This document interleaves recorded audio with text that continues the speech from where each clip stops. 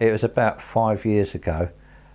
Was a woman being interviewed about opportunities, and she said it wasn't fair because she said men don't have to make any decisions, they just go to work.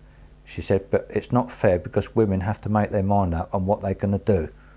She said, I don't know whether I should stay at home, go to work, or do it 50-50. For many women, the main reason for opting out of work is that they realise a high-powered, high-stress career isn't the life that they want. Maternity provides an escape hatch that paternity doesn't. Another reason why men often get paid more than women in the same job is negotiating skills. Men will ask for higher payment and will bargain hard for it. Women are generally far less assertive when it comes to salary negotiations. If you're looking at a capitalist society, you want fodder, which are the people who are going to do the work. As long as you employ women, you have a very malleable force, and you have a force that you can pay a lot less. I was in a job where another guy that I started with was earning more than me in the same role. The reason he got more was because he did a better job of negotiating his salary at interview. I didn't look elsewhere for reasons why I received less, because I knew the fault lay with me. Women don't seem to understand this basic rule of employment. You'll be paid the least amount that you'll accept. In a market economy such as ours, if women could truly be paid less for doing the same work, companies would hire only women. Rather than a pay gap that exists and shouldn't, the real issue is a pay gap that should exist but doesn't. Women are often in the same job as men, but don't do the same job. They have the same job title and receive the same pay, but every man that works with her knows that it's not the same as working with a man. For example, in the army, women take substantially fewer risks than men, yet they're paid the same. That's why these shots are quite amusing. There are virtually no female soldiers that require body armour, let alone female journalists. This guy is probably wondering why she's wearing body armour so far from the fighting. Women are not required to undertake frontline roles, and they're restricted from going anywhere near the most dangerous areas. As a predictable result, men get killed and women don't. But there are no protests from female soldiers, or women in general, about this lack of equality. They seem quite okay with it. And yet these women expect the same opportunities for promotion as men. They expect to achieve the ranks that empower them to send men into combat, whilst they stay safe. And if they don't get promoted as often as men, of course they sue for sex discrimination. In the army, women are not put in the front line, but they expect to be paid the same. I mean, I think that's outrageous, actually. And yeah, they're not protesting about that, which is surprising, because I mean, that's why is it surprising? What I mean is, it proves it's not a search for equality; it's a search for benefits. No, I mean, it's not a search for. It's never been a search for equality. Often claimed. Yeah, no, I don't think so either. But it has often been claimed that. No. For example, if you're a white man and want to become a policeman in London, you have very little chance of it, no matter how good your qualifications and aptitude. If you're a woman, however, the barest minimum educational and physical standards are required to walk into a job. This is to increase female representation in the police force. But why? What does a woman bring into the police force that's so special that it must be supported with affirmative action?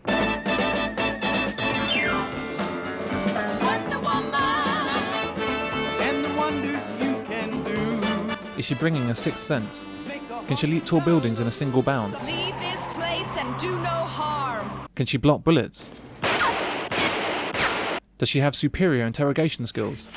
You must now tell the truth. You are working with the Falcon. No, she can't do any of these things. We're regularly sold the story that police women can cut it with the men, but the reality is very different. Police women are, in general, quite simply a burden and a danger to their male partners, and are relatively ineffectual as police officers.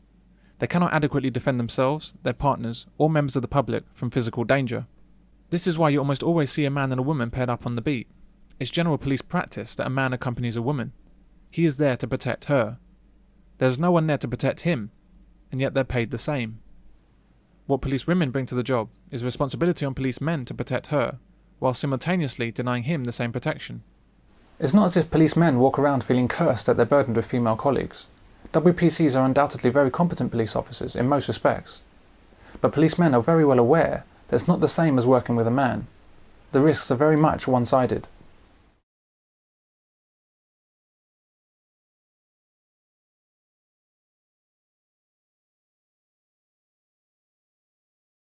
If there's a riot, where is she? Well, there she is, trying to get a view of the action safely behind the men. When a door needs to be kicked down, what can she do? Well, she can hold his hat. These women are paid the same, but are only capable of a fraction of the work, and only take a fraction of the risk. The proof that police women do not do the same work as police men is in this simple fact. Of the 4,000 police officers that have been killed in the line of duty in the UK, 3,956 of them are men. 44 are women. Despite this privileged position in the UK police women with children sued for sex discrimination because they didn't receive bonuses that other police officers received. The bonuses were paid for working unsociable hours after midnight and over weekends, the times of highest crime. The mothers couldn't do it due to childcare responsibilities, and so didn't get the extra money. The women were basically demanding that they be paid bonuses while not actually doing the work for which bonuses were paid. You would think that this case would get nowhere, right? Wrong. These women won their case for discrimination because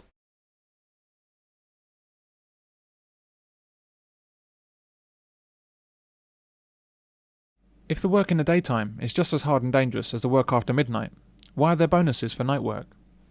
If women really do perform work that's just as hard and dangerous as that carried out by the men, why are police men almost 100 times more likely to be killed on duty than police women? The tribunal also found that no, they don't.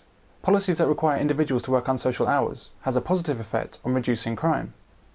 Policies that require individuals to work unsocial hours has a positive effect on those officers, male and female, that are willing and able to do the work. They get bonuses. Policies that require individuals to work unsocial hours is actually beneficial to mothers because it enables them to be employed as police officers even though they're not able to work the full range of hours required to do the job. these women should be grateful that men are willing to do the hours that they can't. They shouldn't begrudge the bonus payments, and certainly shouldn't seek to receive them undeservingly. Without these policemen working late, what would we be left with? Police officers that couldn't work after dark, on weekends or during school holidays. Police officers who have to be home early to pay the babysitter. Police officers not on the beat, but on maternity leave.